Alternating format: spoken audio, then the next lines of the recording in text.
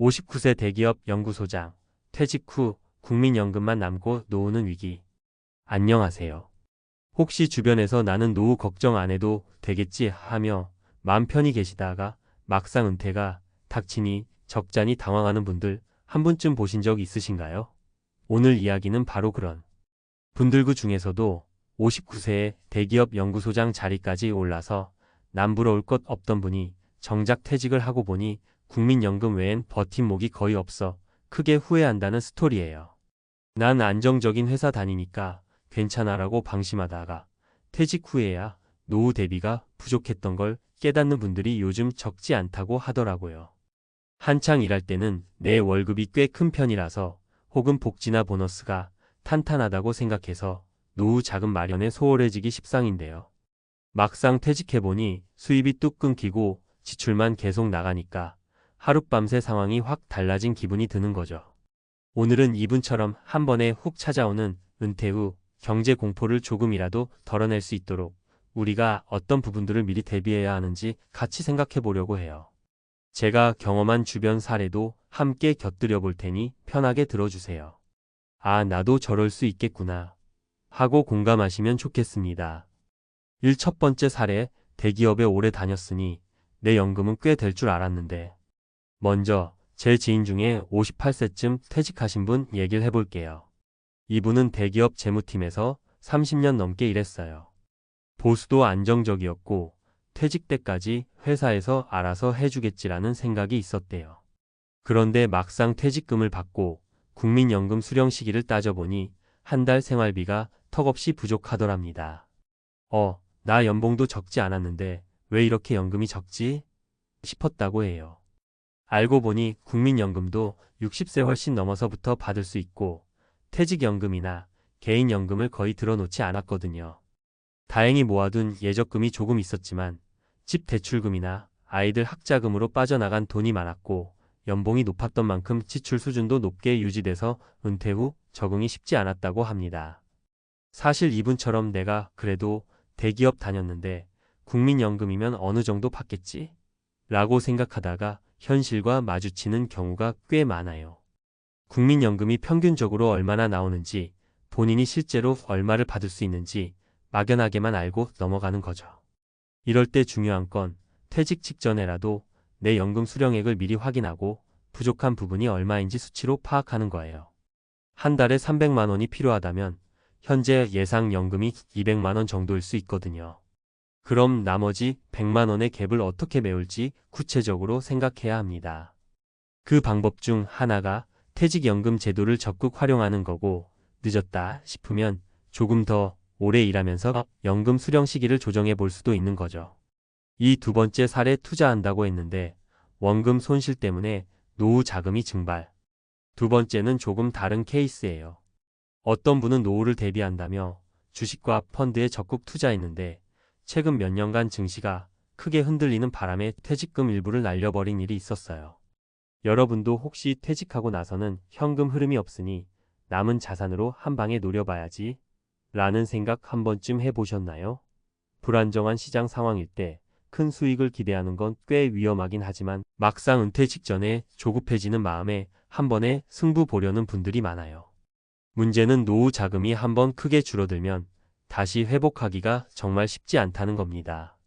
젊을 땐 회복할 시간도 있고 새로운 수입원이 다시 생길 여지도 있지만 60세 가까이 되어버리면 재취업도 쉽지 않고 투자 실패를 만회할 기간도 짧잖아요. 이분의 경우 결국 남은 현금이 국민연금 정도밖에 없어서 가족도 계속 일해야 하고 본인도 마땅히 쉴 수가 없게 됐어요. 그래서 요즘은 온라인 강의나 컨설팅 쪽으로 일자리를 다시 찾고 있다고 하시더라고요. 투자 자체가 나쁜 건 아니에요. 다만 은퇴 직전에 자금으로 올인하는 건 위험하다는 걸 꼭 기억하셔야 해요.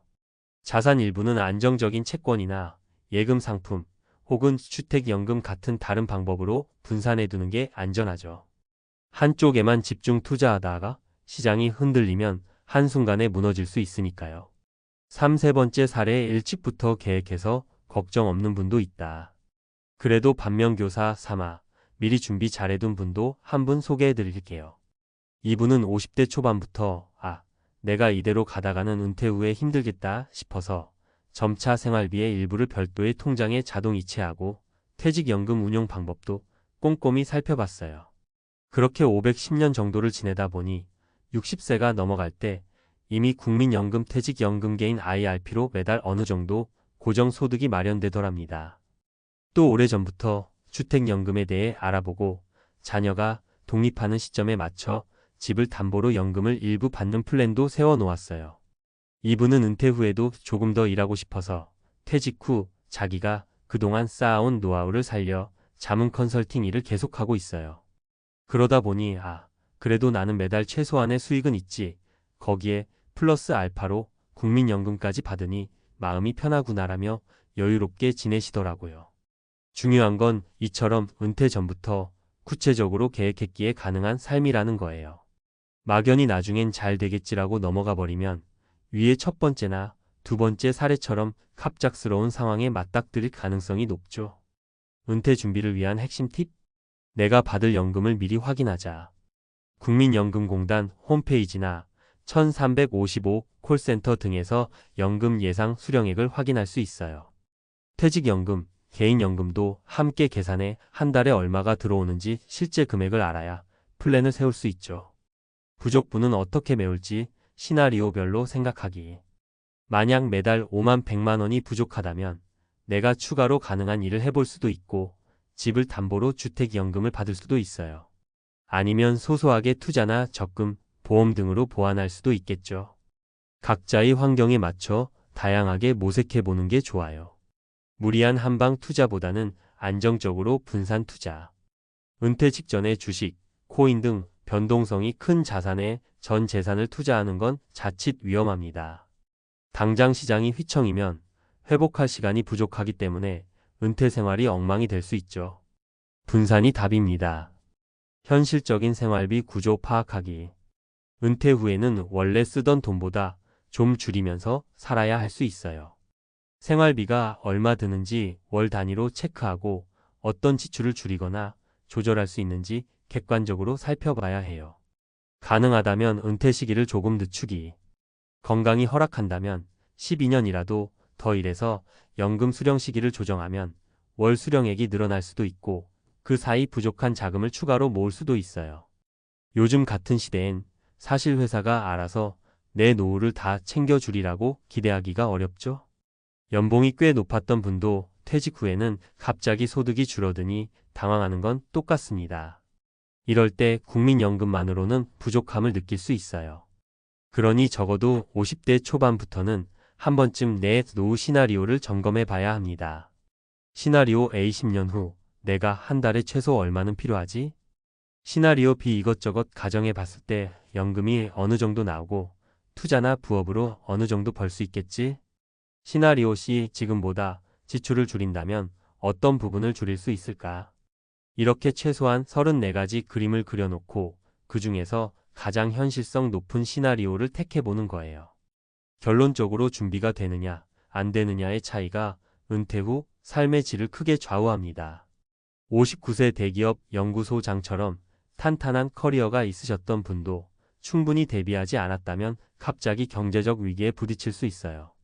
반대로 한 달 수입이 조금 적더라도 일찍부터 조금씩 꾸준히 저축하고 연금 설계해온 분은 나름 여유있게 은퇴를 즐길 수 있습니다. 마지막으로 은퇴라는 게 끝이 아니잖아요. 이제부터 시작이라고 볼 수도 있어요. 그 시작을 더 편안하고 행복하게 맞이하려면 당장 내 월급이 어느 정도든 간에 오늘부터라도 작은 준비를 해두는 게 현명합니다. 혹시 난 아직 괜찮아라고 생각하시는 분들이라면 바로 지금이라도 연금 설계부터 확인해 보세요. 내 인생 후반전을 여유롭게 즐기느냐, 내내 불안해하면서 지내느냐를 가르는 첫걸음이 될 거예요. 부디 이 글을 읽는 분들은 나도 저 59세 연구소장처럼 뒤늦게 후회하는 건 아닐까? 하는 걱정보다는 지금이라도 준비하면 괜찮겠지. 라는 긍정적인 마음으로 재무 상황을 점검해 보시길 바랍니다. 아무리 늦어도 시작이 아예 없는 것보단 훨씬 낫잖아요. 우리 모두 은퇴 후에도 마음 편히 하고 싶은 일 하면서 살아갈 수 있는 날들을 만들어 갔으면 좋겠습니다.